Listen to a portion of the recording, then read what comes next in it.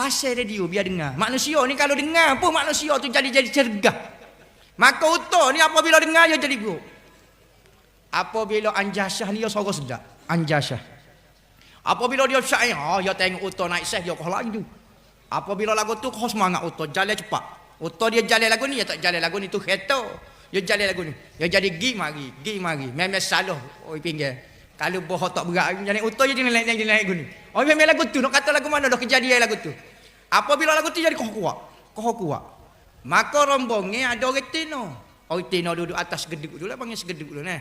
Kau atas huta tu papai je letak. Kepik lagu ni letak orang Tino bukuh dengan kain. Tu orang Tino duduk lagu tu. Berkocok lah. Maka Rasulullah kata mahla yang anjasah rifqam bil qawarir. Wahai anjasah, nyanyi slow sikit.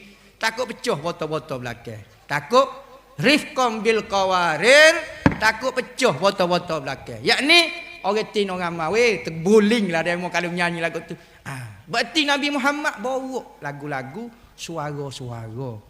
Sekalipun ada benda lagu ni tak biasa tempat kita, jangan kata tak ada. Jangan kata benda ni tak boleh. Kerana hok bawa ke lagu ni orang alim. Ulama wali Tuhan, kekasih Tuhan. Bukan orang tak tahu alif jatuh tamada mano mari hok duk main, hok duk isak gang, hok duk isak pedo.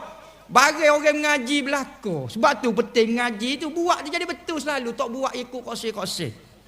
Tu qasidah. Jadi malam ni pakak duk dengar qasidah. Nabi buat tak usah duk takutlah. Kalau ustaz mana ko syekh mana mari royak kata Nabi tak buat. Syekh cutera awak mari kata apa mengaji Nabi buat kata. Syekh baca kitab gapo dia tak buat kata. Bacalah dalam kitab-kitab gapo dia sebut belaka.